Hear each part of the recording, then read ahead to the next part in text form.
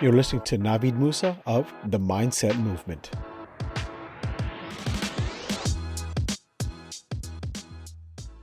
Alrighty, guys. Navid Moosa here from NavidMoosa.com and the Mindset Movement podcast. Today is a wrap. It is part 4 of 4 for the Q&A session with me. And let's get into it, man.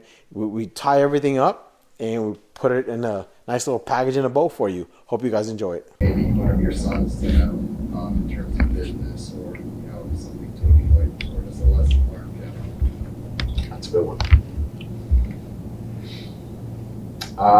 Like if you had to pick one thing that you would want your sons to tell somebody else, like my dad always told me this, or this is the biggest lesson I learned from my dad. Bet on yourself. 10 times out of 10, bet on yourself. I tell my son that I've told both of them that to this day.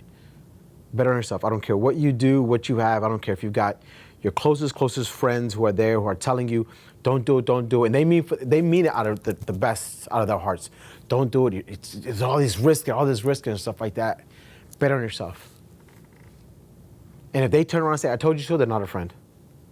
Simple as that. I would say that is the first thing. The second thing, know the difference between an acquaintance and a friend. That's the second thing. They are different. I tell people I don't have a lot of friends, and I am fine with that. I legit am. I'm fine with that because I don't need to have a lot of opinions.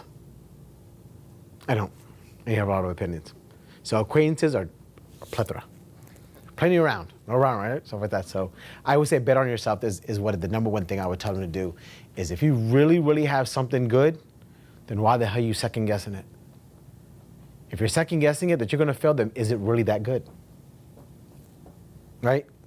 Because if you fail, at least you can say, I tried it. It didn't work out the way I hoped it did, but at least I can say, I tried it. So that would say that's it. Yes, absolutely. Absolutely. And I would say, of that comment,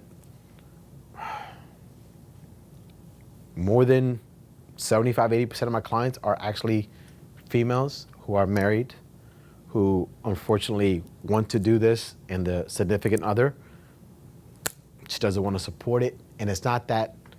So, in the spirit of being vulnerable, my wife and I are on the opposites attract column.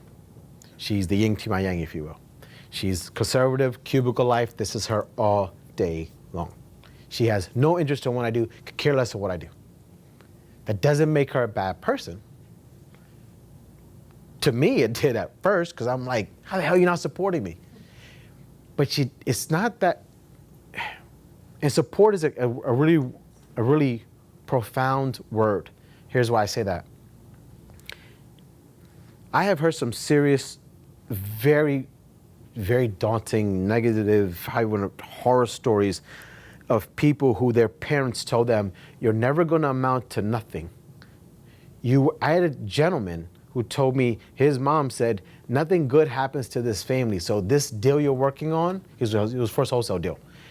He said, that deal's not going to go for you, son, because good stuff doesn't happen to this family. So that was his support system. How is he supposed to show support if he never got the proper support? So, not to air my wife's business out, but she wasn't shown proper support growing up from her family. So how do I expect her to show me the support that I was given from my family? I told you, mom and dad knew each other since the 5th grade.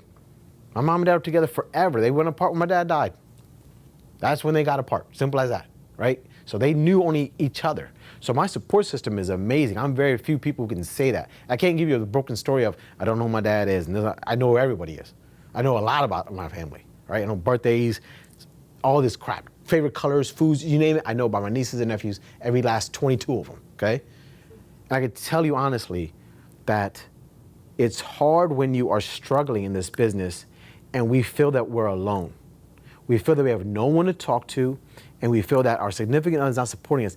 And it's not that they're not supporting us, it's just that they don't understand the mentality of an entrepreneur.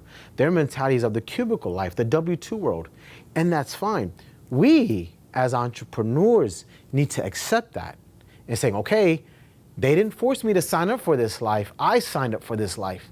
So if they're not gonna support me, that doesn't make them bad. They're telling you where they stand. They're not lying to you, right? They're telling you where they stand. Hey, listen, babe, I love you, but I don't. I have to go to DECA tomorrow morning. I work. Most people don't get that. That's A right. lot of people do not understand that. Yeah, it's hard. What's crazy is when both y'all are entrepreneurs and life's real fucking crazy. Life is crazy with that one right there. You know, you're absolutely right. When you're both entrepreneurs, then it's kind of like, well, you know, how do you balance that out? That's a whole different ballgame, a whole different discussion. Yeah, exactly. Yeah, exactly. No, that's fine. And I, if you're that single grinding individual, so I'll give you my schedule. Used to be my schedule. I would get up at 5, work out from 5 to 6, take a shower around 6:30, get my son up at 7 o'clock, get him dressed, get his breakfast ready, get him to school. Then I would work from 9 to 12, and then I would eat around 12 to 1, and then I get him off the bus around 2 o'clock. And I went to daddy mode, and I took care of him, did the homework with him and stuff like that, played with him, got him in activities, cooked dinner. When my wife got home, she would eat. I spent husband time with her. She went to bed around 10 o'clock, and then I worked from 10 to 1. That was my life for the 7, 8 years. That was my life. She didn't give me that life. She didn't say, here's what you have to do. You had the vision. I had the vision. I had to put myself through that. So sometimes you are going to feel lonely. Everyone in here, you can tell you right now, you're going to feel lonely. You're going to feel lonely. You're going to feel by yourself. No one understands you. You're right and you're wrong. There's a lot of people out there. This is why one of the good reasons why social media is good is there's a lot of groups out there that you can talk to. There's people in this room you can talk to and find that stuff out and say, hey, I'm going through this. I'm going through that. I'm going through this. It's like, you know what? I went through that. Here's how I handle it. Like Caesar asked me, who has not been in a funk ever in this room? Who has been in a funk? Exactly.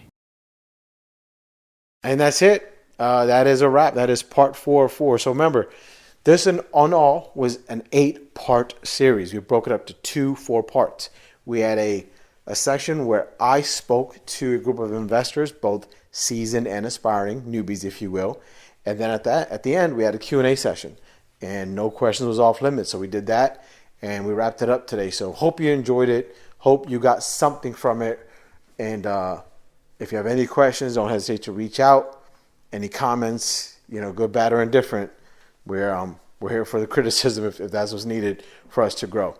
So we can only fail forward, basically, is what I'm trying to say. Have a great one. Hope you enjoyed it. Please share us, like us, and I'll talk to you guys soon.